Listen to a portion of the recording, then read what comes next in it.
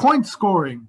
Two MMA fighters that are actually pundits, so armchair fighters, discuss random topics in and around the world of mixed martial arts for three-minute rounds. In the left corner, the artist formally and informally known as Prince. In the right corner, informally known as Fred, and formally as the Couch Ninja or even Mr. Ninja. Today, we are discussing star power. How important is it really? Are you ready?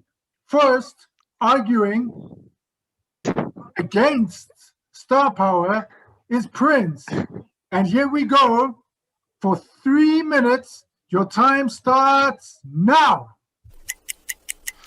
Cool. So I am totally arguing against star power. The truth of the matter is, if you are a UFC fighter, unlike with most sports, like on most sports, you can get away with star power. You can say you are the strongest, the fastest, the best team. Is Liverpool the best? Is Man United the best? Is Chelsea the best? You can arguing it, and there's no real way to tell you whether you are right or whether you are wrong.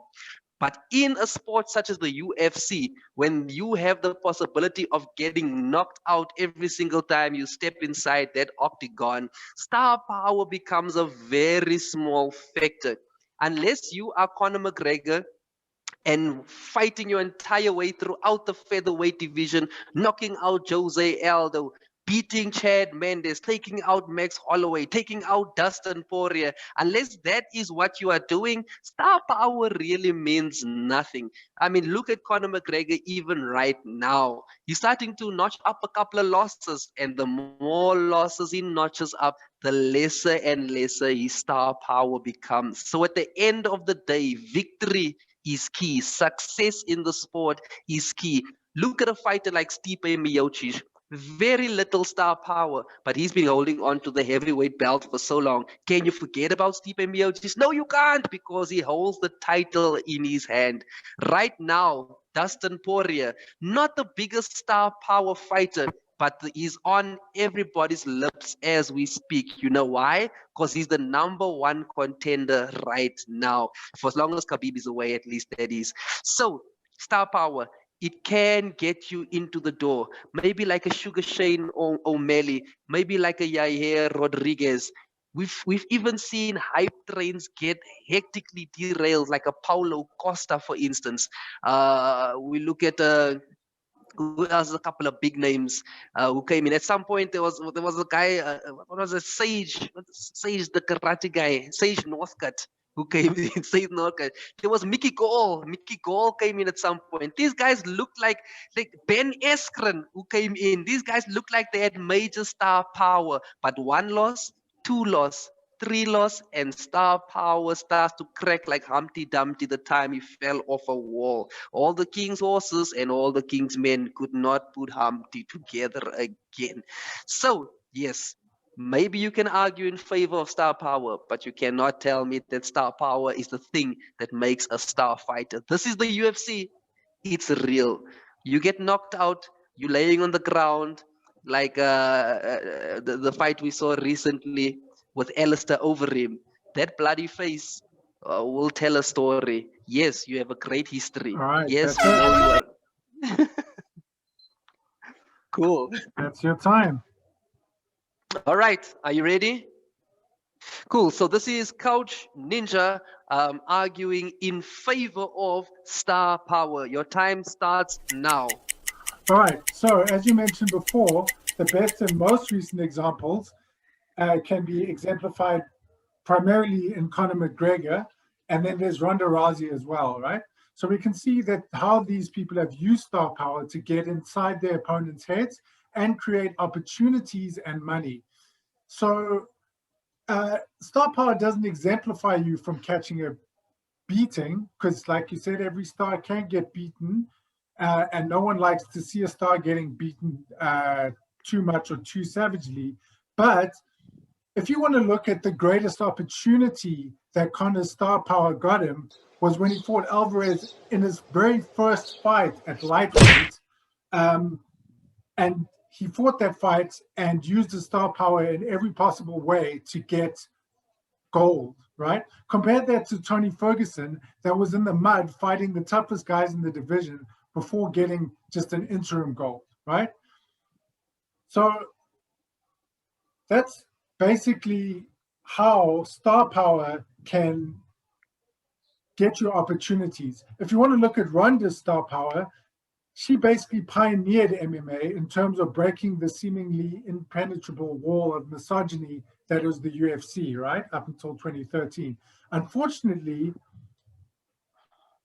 there were a lot of really good women fighters in the wings that were there to give her a beating, but it created opportunities for her to build a brand beyond the sport. So if you were to look at it, these guys are in the business of entertainment. If you want to be an entertainer, Prince, you and I both know what being an entertainer is about. It's about being a brand, right? So for me, as an admirer of as an admirer of MMA, right? I would say that there are a lot of fighters I admire, right? I won't say I'm a fan because I'm too swag for that shit, but I admire them for different reasons, right? So any person that makes dumbass decisions inside and outside the ring without thinking about their star power and how it's going to affect them, my admiration's going to wane, like BJ Penn, right? And Anderson Silva, right? But I think champions that make classy decisions inside and outside the octagon, like GSP, get my full admiration and respect. So if you want to look at someone that isn't per se a fan, isn't per se a star, but is a a longtime fan of the UFC, someone that fans admire, GSP is the perfect example of that, right? Time. Okay, go for it. All right, cool, Carl. So I definitely like what you said.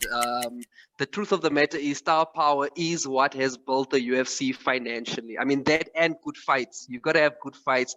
But financially, the Ronda Rousey thing really spiked interest in the sport itself and the financial benefit of all fighters. Conor McGregor, his success has spiked financial benefits and the sport itself, especially when he crossed over and fought Floyd Mayweather. That brought a lot of star power to the UFC. And I think it's because of that people like Khabib has gotten so much attention just for beating Conor. And it's because of that Dustin Poirier will now get so much attention just for beating Conor. But that star power is transferable not only from you, but also to the rest of the sport and your peers. Right. And since you're being magnanimous and agreeing with me, I also agree with you. Like, star power can get you so far, but it doesn't exempt you from catching a beating.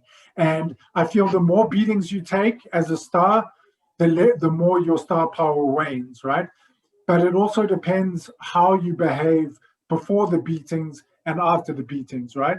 So I think a very interesting crossroads we are at now is with Conor, because I feel like if he had been as normal Conor McGregor, like all arrogant and shit in his last fights, and we sort of disagree on this, and had lost in the way that he did lose, I think his star power would have taken a much bigger knock than it did now when he stepped and he was a little bit more humble. He showed a lot more respect for the game. And I feel a big part of star power is having respect for the game, so showing respect for the sport that you're involved in. I don't know. What do you think? Yeah, cool. Yeah, I definitely agree with the Conor McGregor example. Humbling down or dumbing down his star power just a little bit may have helped him gain a little bit more star or reserve a little bit more star power going forward. Had he spoken big and got his ass whooped like that, I mean, would be having a totally different conversation. But again, once again, like I said, most sports star power is a big deal because losses aren't really that heavy. I mean, when Liverpool loses against Manchester United, it's cool. You can still be like, yeah, we're the best. We've got so many cups. We've got so many trophies. But in UFC, when you get your ass knocked out, we kind of forget about all these amazing victories you've had in the past. So star power is a very fragile or brittle idea. It's fickle as fuck, It's a fickle idea within the sport. Your example's almost like a band versus a stand-up comedian, right? A band is like a Yeah. football team, you know what I'm saying? If the Yeah. star power wanes in a band, that's the whole band. That's a bass player, the singer, the drummer, everyone. If a comedian star power goes on, that's him. You know what I'm saying? If a comedian chokes, it's like, Time.